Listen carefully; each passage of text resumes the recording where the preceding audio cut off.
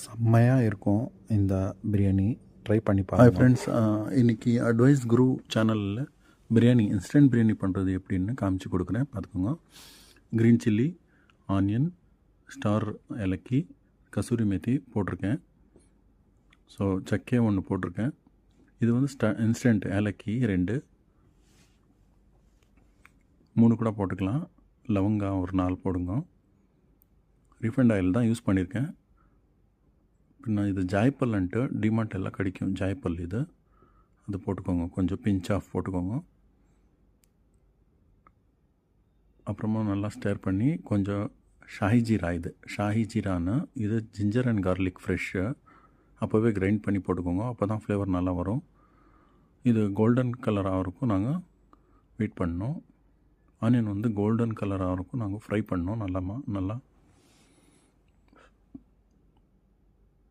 முடிஞ்சதா? 4 பச்சை மிளகாய் போட்டிருக்கேன் பாருங்க, கோல்டன் ப்ரௌன் ஆயிடுச்சு. இப்போ சிக்கன் போட்டுக்கோங்க. ஸ்கின் அவுட் சிக்கன் போட்டுக்கோங்க. இது 1/2 kg பிரியாணி தான் பண்ணிகிட்ருக்கேன். 2 டீஸ்பூன் சால்ட்டு, எதுக்குன்னா மசாலைக்கு ரைஸுக்கு சேர்த்து. இது தனியாக போடுறேன். பச்சை இது மிளகாத்தூள், கொஞ்சம் டர்மரிக் போடுறேன், மஞ்சள் தூள். ஸோ நல்லா திருப்பி போட்டுக்கோங்க.